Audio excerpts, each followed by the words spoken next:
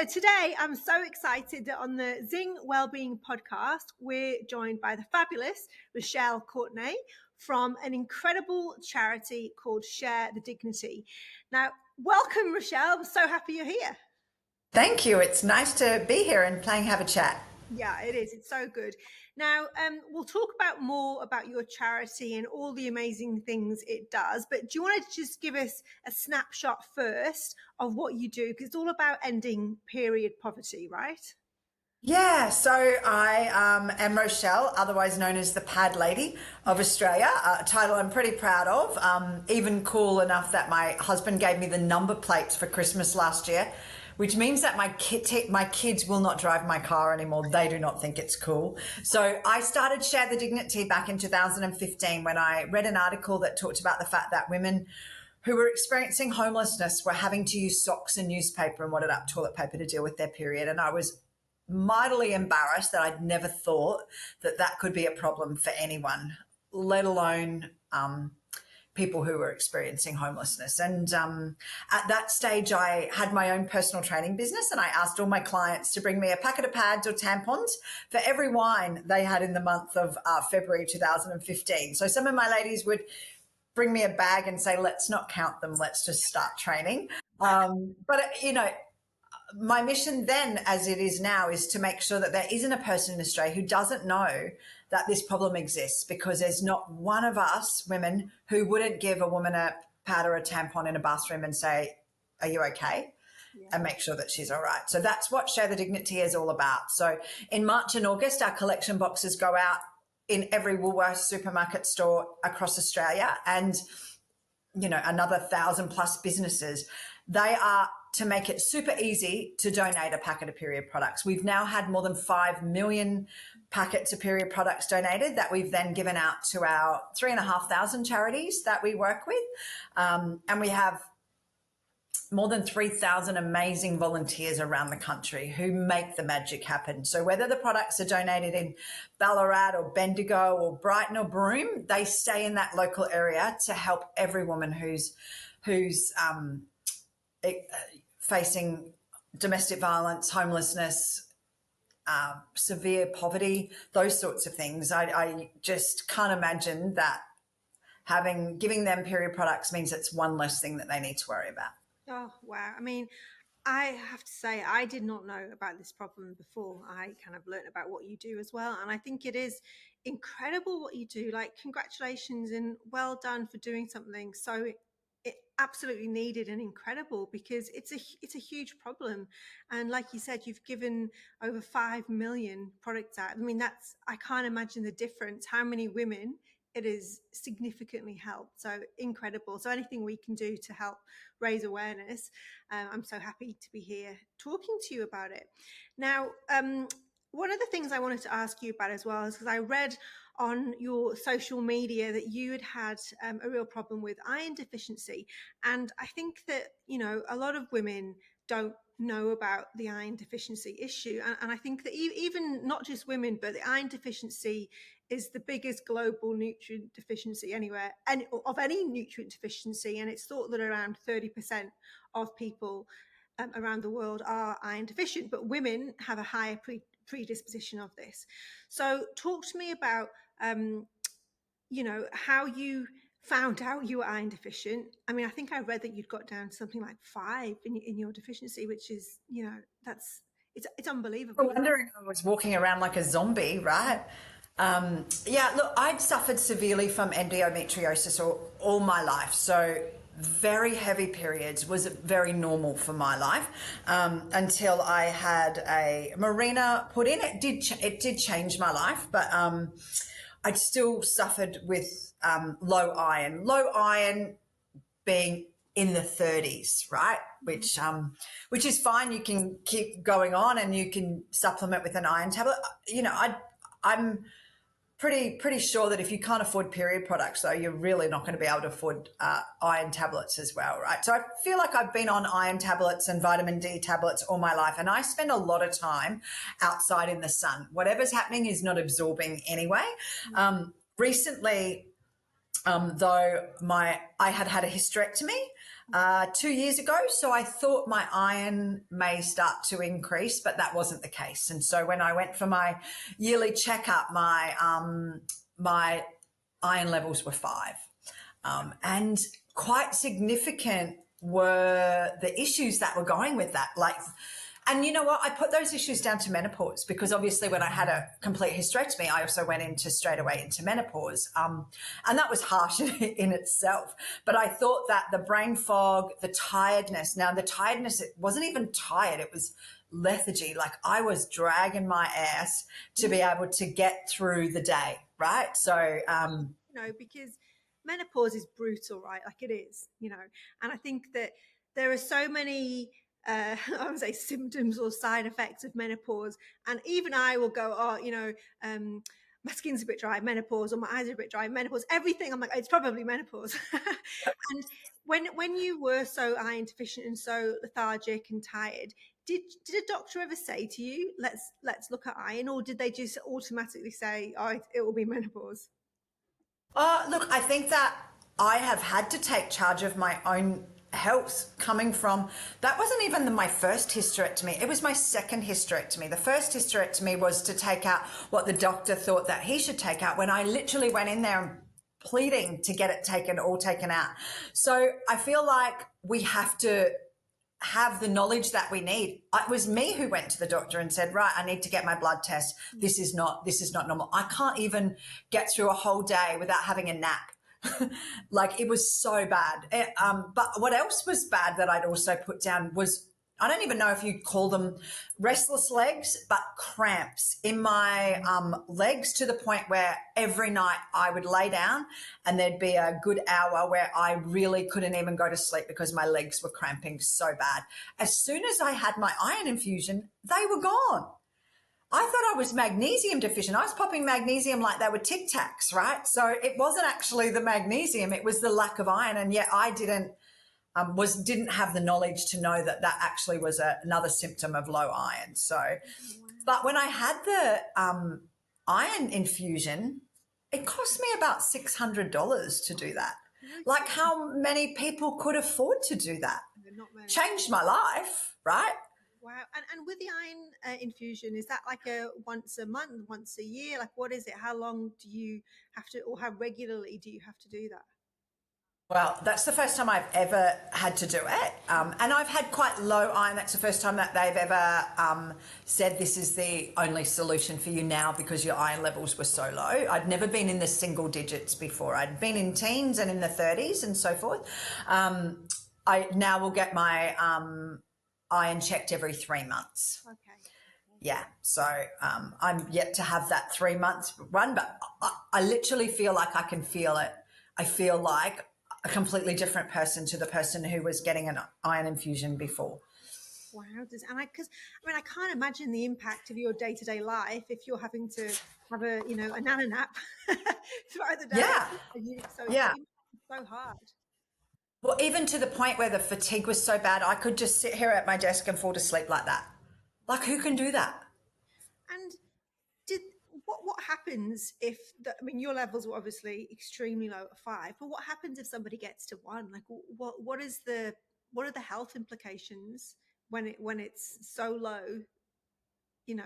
for I you? don't know that I don't know that I'm skilled enough to know what that is, but I do know from our bloody big survey that number is over 60% of women who have low diagnosed iron in Australia. So when you were talking about it, what that looks like globally in Australia, in 153,000 responses, more than 60% of women said that they had diagnosed low iron. Imagine those that don't even know, that aren't going out and getting their blood tests. And this is what we should be making sure that every woman gets their blood tested every year to make sure that they know that is a marker that they can't be living their best life. You can't live your best life with low iron. That's what I know.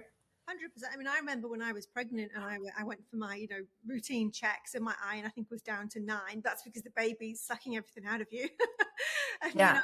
but I have blood tests every year that check all my everything because I'm just Mm. paranoid, but I like to just, check on everything. But like you said, in your bloody big survey, it was the biggest survey done for menstrual, wasn't it, ever, with 150,000 responses, which is incredible. 63% had low iron.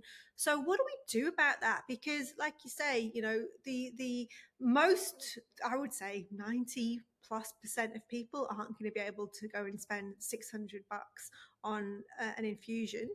Um, what do they do? Like, if these women are in a real dire situation, what is the solution for them? Yeah, look, I don't know what the solution is, but I think that there needs to be an awareness campaign around like to me, 63% of Australian women having low diagnosed iron is a health catastrophe. Oh, Like how are we not aware of that? What are the implications on that, on the economy, on the women's health of them being their best versions of them? Having conversations with our federal minister for health and making them be aware that this is a problem. How can we also ensure that in your workplace that you are able to have an hour off to go and get your blood tests? Because if that is a barrier to getting blood tests, oh, I can never fit that in. yeah, You know what? I know that I want my staff to all be at the best functioning version of themselves because I'm going to gain from that. So how do we make sure that workplaces are also aware of that? I think we need to have wraparound solutions to making sure that by the time we do that survey again in 3 years' time, that there are better numbers than that, because that is yeah, absolutely crazy, not okay. And I think the other thing is that if people can't afford period products, and that is a big percentage of that 153,000 as well. 1 in 4 cannot afford period products. I can bet your ass they cannot afford iron tablets as well, right? So are you going to prioritize feeding your children or getting iron tablets? And I know that I was spending, $24 a month every month on iron tablets, if not more, right? So how can we look at it from a society of how do we have the best health outcomes for women? yeah. And I think that's such a good point. I mean, I remember, when I used to work in the UK, I'm not sure if they did it in Australia, but they used to have kind of like blood buses or blood banks coming around where you could go when you're at work and donate. And it was really easy to do, just to be at work and go and donate some blood. And I think it would be a great idea if you could do the same if you had these government funded like women buses. Go and get your mammogram done, go and get your bloods done, go and get checked. Because I think, certainly a lot of people I talk to, and I'm guilty of this as well, is we're all so busy and we all go, oh, especially because we're juggling kids, right? And we all feel that guilt if we're working when there's, especially now at this time of the year when there's Christmas carols and Christmas this, and we have to leave work and go to school and do things that if we then have to go, I've got to go and get blood tests, I've got to go and get this checked. It's all time eating into employment, I guess. And I think if employers could come on board and the government could come on board to support women to go and get that help, it's going to make, as you said, staff more productive when you're in work, and it's going to just be better for everyone's health. Because it is, if your survey obviously very robust at 150,000 responses, 63% are deficient. I mean, that's enormous. It is enormous. And how do we, as the only thing you can't buy is good health, right? So how can we also as women be putting our health as the highest priority? Because you can't go to concerts, you can't go to school things if you're not the best version of you. And I'm always banging on about making sure that you take the time for you first before you can help anybody else. And if that's regular blood tests, if that's regular exercise, if that's making sure you're putting the time into eating properly, all of those sorts of things. I mean, I think there needs to be a way forward of making sure that your health is not the last thing on the list, right? It is actually has to come first and foremost. 100% agree. And I think that, when we talk to women, and I talk to a lot, I'm a mom as well, we all want to live as long as we can. We want to be there for our kids. Longevity, when we think about it and talk about it, we all go absolutely 100%. That's what we want. but the day to days all add up. And if we're not looking after the day to day and our health, then it's going to add up, and it is going to impact what our goal is, which is to be there for our kids as they grow up and live a longest and healthiest life that we can. But I do think that the life we all live today is so hectic that women don't put themselves first, and not just women, men as well. But obviously, we're talking about women. But Yeah, yeah. it is an enormous issue, and I was just surprised at the numbers, and also to hear your own story of how it got so low, which is very frightening, and it must just feel like you've got a new lease of life right now that you've got your Yeah, own. I got zing. I got zing in my step. So, yeah, I mean, I think that I was still doing the things that I'm doing now because you have to, right? But I do them with a much clearer brain. No need for a nap. I go to bed at the end of the day and I'm exhausted and I go to sleep. I couldn't even, like, when your sleep is also Yeah. affected by that, like, even though I was tired, I struggled to go to sleep because I was dealing with cramps and Mhm. restless leg and all of those sorts of things. So when you don't get sleep, that has a big impact on your life. I'm a grandmother now, and I'm always talking about I need to be able to get down on the ground, get up forever. That's the sort of person I want to be. I want to be 95 years old and still going to the gym 3 times a week, lifting weights and being the strongest version of myself. But we also need to drop the ladder down and make sure that we're making a better, healthier life for women and girls everywhere. Absolutely. Whether that's the provision of period products, whether it's the provision of the data which we've collected to make better health outcomes for women, that's what we're all about. Absolutely. And did you find that, obviously you're taking iron supplements and the iron infusion, did you ever find that eating those iron rich foods helped, or was it just not getting absorbed for you? Just wasn't getting absorbed for me. And I ate mushrooms. I'm not a very big meat eater. So, I mean, that had its issue. But, I'd try. I'd like go and I'll just eat red meat for me, I also had I have a vitamin D deficiency, which is so weird because I walk every morning for an hour. On the weekends, I walk for hours. I spend time in the garden. So it's not like I'm not getting the sun. It's just not absorbing. Yeah, oh, it's so hard though, isn't it? I mean, iron. Oh, It's so common though. Like I've got lots of friends whose kids have got iron deficiencies, and they're back and forth to the doctor, and it's just because obviously I don't know if people listening know that if you have, for example, if you're trying to intake iron, if you take it with calcium, it kind of doesn't really absorb, and you should try and take it with vitamin C's, things like capsicum, citrus fruits, things like that. But it is really hard, especially if you don't eat meat.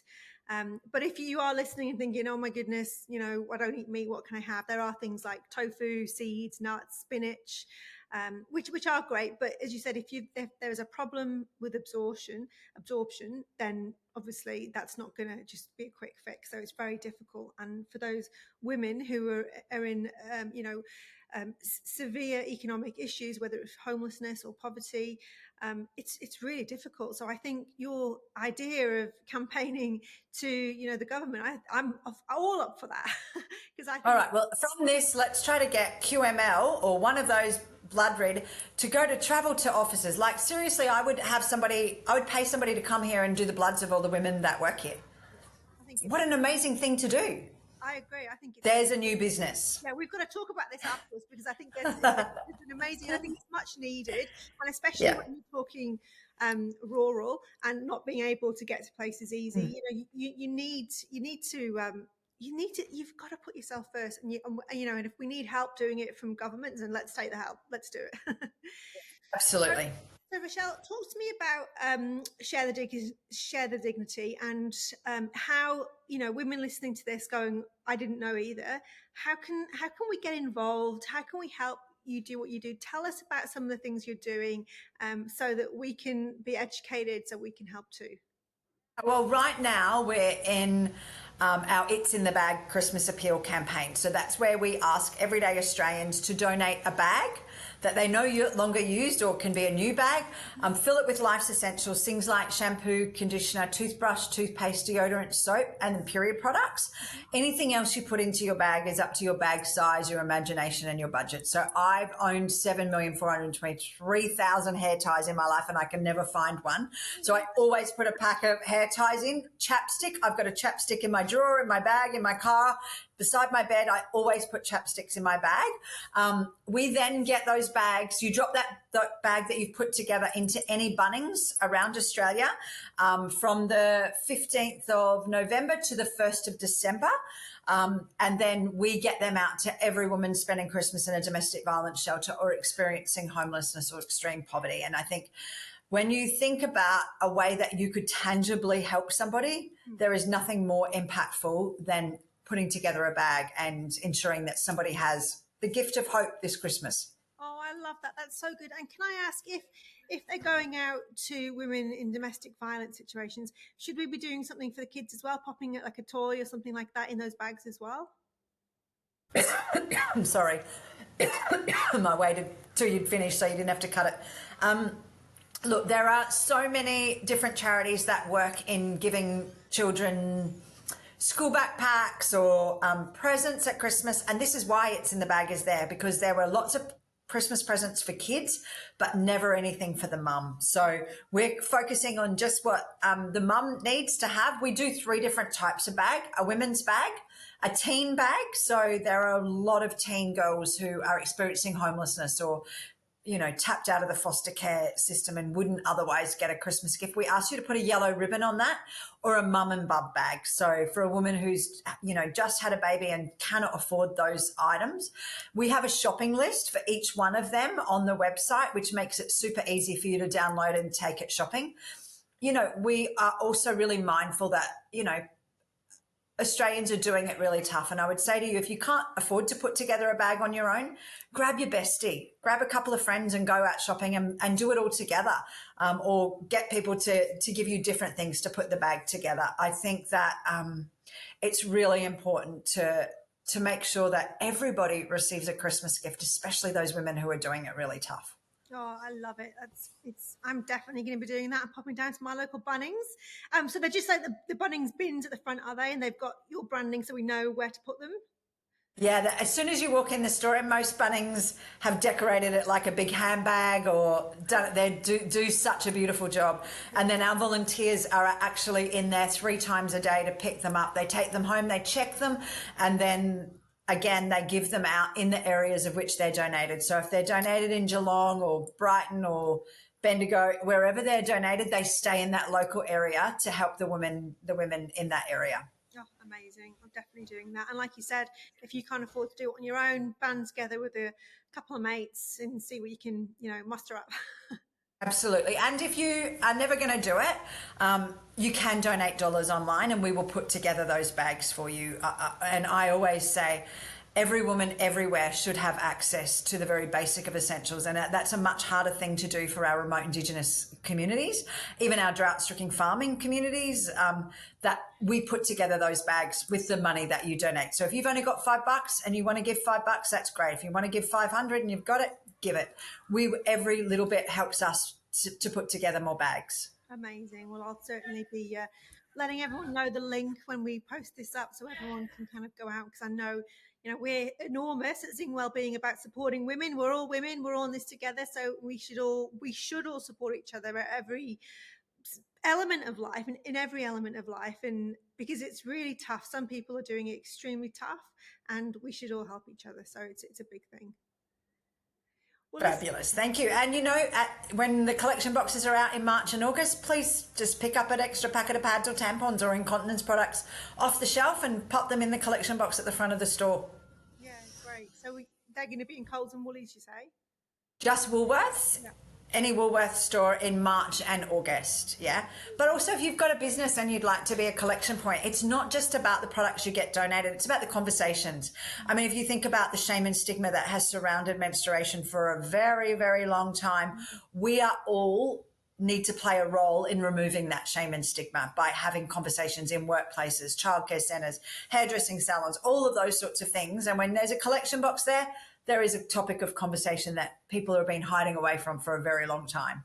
Yeah, it's crazy, isn't it? But at least, like you said, all the work you're doing is bringing it front and center so people can talk about it, and and women who need that help can get that help. Absolutely. Well, listen, it was so good to talk to you today. Thank you so much for sharing your story, for talking to us about what Share the Dignity is doing and how we can all get involved and help. So, thank you so much. And I'll be sure to put in the links to this podcast as well so everyone can see how they can get involved. Excellent. Thank you so much. Thank you so much.